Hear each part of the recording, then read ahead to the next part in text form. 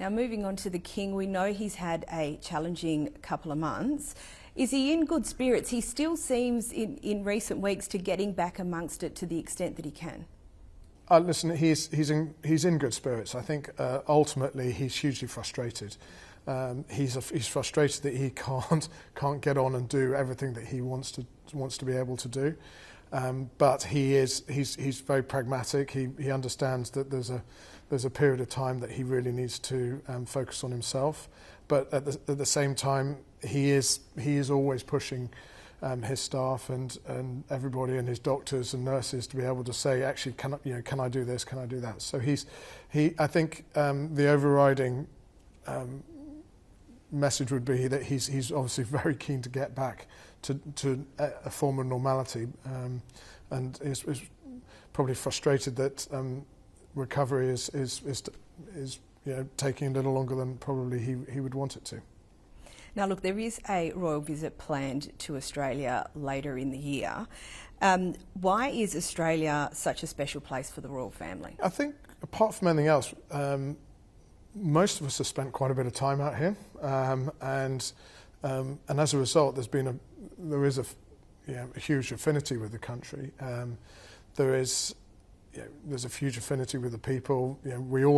All of us have friends over here, and we all love coming over and seeing them and spending time with them. And when they come over to the UK, it's fantastic, and we host them and look after them. And it's so from that perspective, it's there are some fairly deep ties to the country. Obviously, the King spent time at school here, and so the people, the countryside, everything about the lifestyle here. I think everyone is doesn't really need a second invitation to be able to come and visit Australia. And this will be his first official visit to Australia. What do you think that he and the Queen would like to achieve, I suppose, in that first visit? Oh, that's a good question. I think they would obviously love to see as many people as possible. They are very keen and very active to be able to be seen and meet as many people as possible from all walks of life, and that is what they've sort of set their goal on, and being able to be seen to be accessible to as many people as possible. And Queen Camilla, she's obviously become such an integral part of the King's life, and while he always seems to be on the go and wanting to do more and more, she really does seem like that steadying force. Is that fair to say? I think so, yes. I mean, I think she has also, it's obviously a massive transition for her over the last 15, 20 years or so, and she has, she's taken it all in her stride, and she's built up her profile and her role, and obviously and the new role that adds a whole load more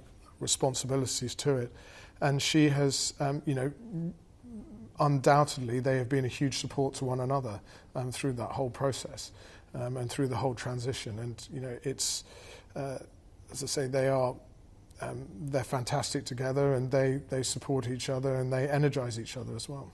And that there is completely obvious to anyone, even from the outside watching in. It's very easy to tell that they are incredibly close and incredibly supportive of each other, and that, I suppose, extends to the broader family. The King has had a few challenges recently, in particular in relation to his health, but how does the Prince of Wales and other family members like yourself, how, I suppose, does the family muck in to support? Everyone has their own different role to play, I think, is the short answer to that. Obviously, there's a lot of pressure on the Duke and Duchess of Edinburgh at the moment, my mother, to be able to take on a lot more of, and the Queen, obviously, to take on a lot more of the responsibilities and lots more of the engagement perspective. And I think that adds its own pressures. There are other members of the family who are able to support everyone else behind the scenes, and that is, in many ways that's equally as important. But there is definitely there's a short-term pressure on certain members of the family to be able to continue to be out and about and to be seen and to support, and not only just to support organisations, but also conduct the official engagements that need to be done. I'd just like to touch briefly on the late Queen and obviously your grandmother. As the eldest grandson, and how are you adjusting to life without her? She was such a huge figure. Yeah, I mean, she was remarkable in so many ways. She was obviously a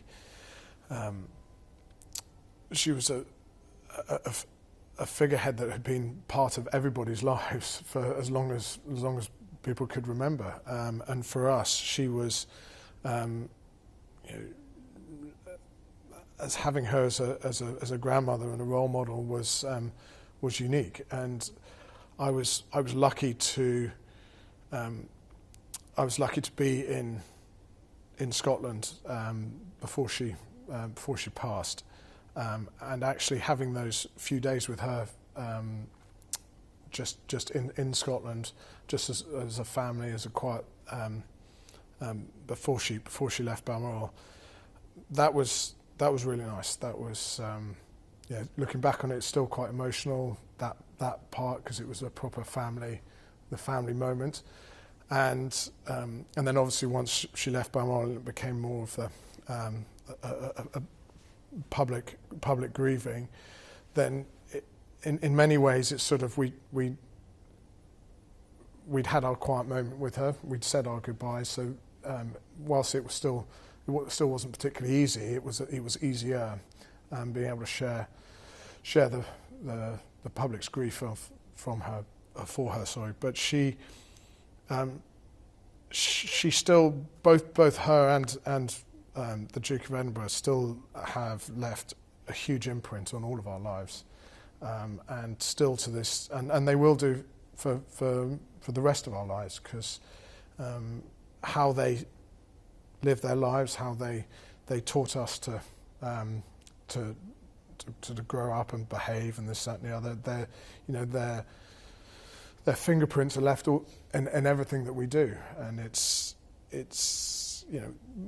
change is inevitable. Some people don't like it, but at the end of the day, I think that the King has been remarkable in the way that he has handled the transition, not ripping up the rule book and not ripping up everything that his parents had put in place over the previous 70 years, but he has kept the core of what they stood for, and has put his own mark on it. And I think that's probably the greatest testament to both of them, that he's doing things his way, but very much with a nod to the way that they always did it, and the core of what they taught us and how they and what they left us.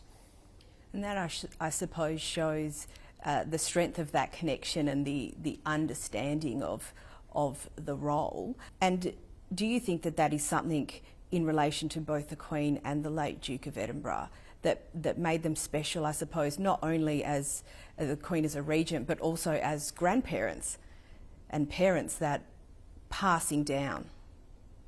Yes, I mean, I think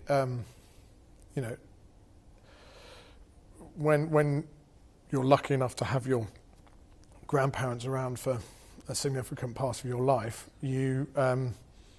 there is a greater connection with anybody's grandparents, and a greater respect and a greater ability to be able to learn from them, being able to sit with them and talk about different parts of their lives, and which in our case was fascinating because it was part of history, and such a transient part of history as well.